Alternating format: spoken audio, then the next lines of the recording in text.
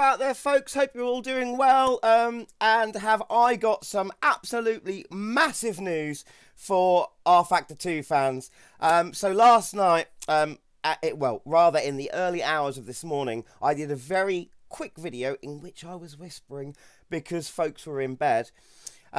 Because I just happened to be on the Studio 397 website for RFACTOR 2, and this came up.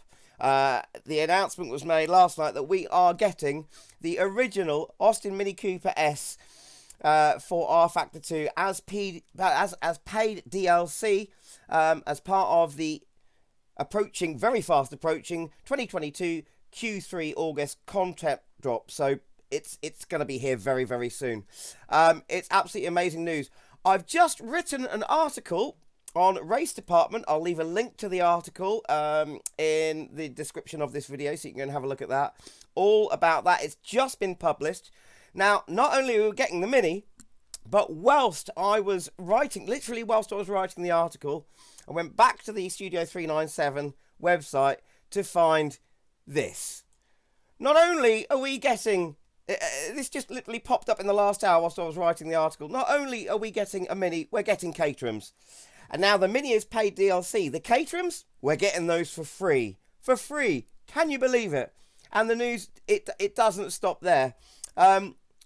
So with the Mini, not only are we getting the Mini, but they have mentioned just down here that we shall also be seeing in future a version of the more modern counterpart, the JCW Mini. That will be available soon, so there's more to come in a future update.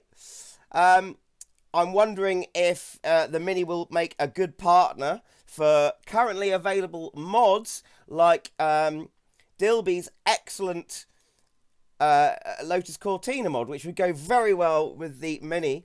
But they said that the Mini is part of a larger content drop. So does that mean more cars and more tracks? So, for instance, it would be amazing to see tracks and cars from the historic series, such as the Mustangs, the big American muscle cars that the Mini races against in those series.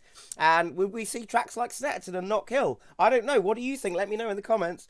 I can tell you from personal experience, it is... from when I've been and seen the historics race at Snetterton, it's amazing to see these tiny little Minis struggle to keep up with these huge American muscle cars on the straights, but then absolutely slaughter them through the corners. They zip past there like nobody's business. It's amazing.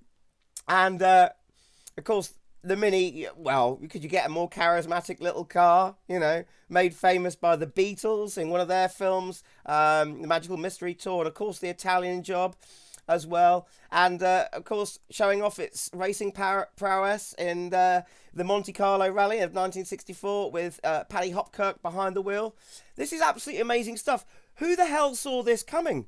And then, you know, literally, as I'm writing the article, to find out that we're getting these Caterhams, and for free as well.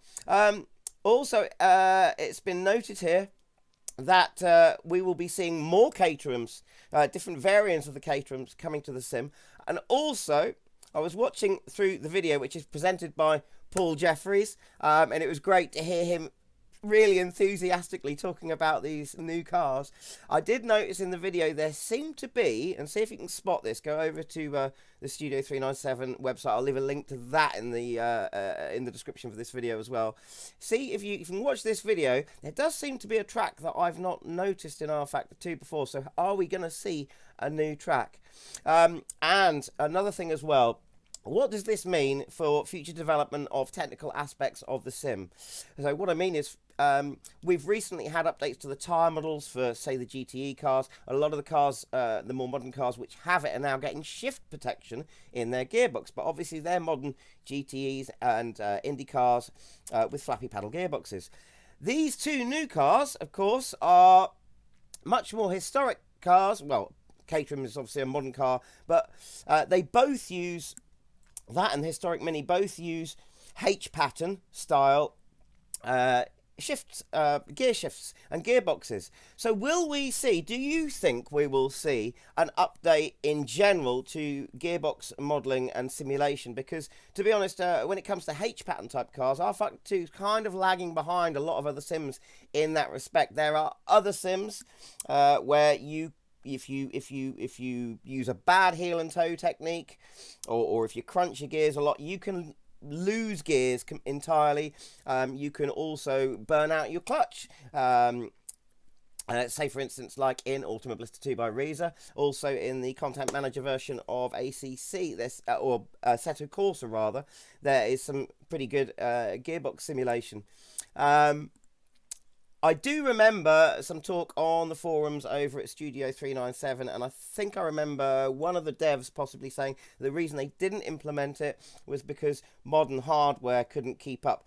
So for instance, I can, if I use my FANATEC shifter here, if I'm in Ultimate Blister 2, say, I can get into a gear, and if I mash the gears too much, I will lose that gear. But I can't then get stuck in the gear because, of course, I can physically pull the shifter out. So are they possibly waiting for updates in hardware which would lock you into a gear, that sort of thing? And I wonder what that would entail for the hardware companies that make shifters, such as Thrustmaster, FANATEC, and all of the more bespoke companies as well. Anyway, let me know what you think in the comments. I think this is amazing news. I just wanted to get this out there as quickly as possible for you. Go and get involved in the discussions over at Race Department and, of course, on the Studio 397 forums. But, amazing news. Happy days, RFACTOR 2 fans. Thanks for watching, and if you found this useful, hit subscribe, and you'll get updates on future videos and live streams that I do. I'm so looking forward to this. All the best. If you want this channel to survive, do me a favor and hit subscribe. May seem like a small thing to do, but it enables me to make more videos for you. By hitting that button, you can help us survive and keep this channel alive. Don't cost nothing, don't take no time. Come on now, keep this channel alive.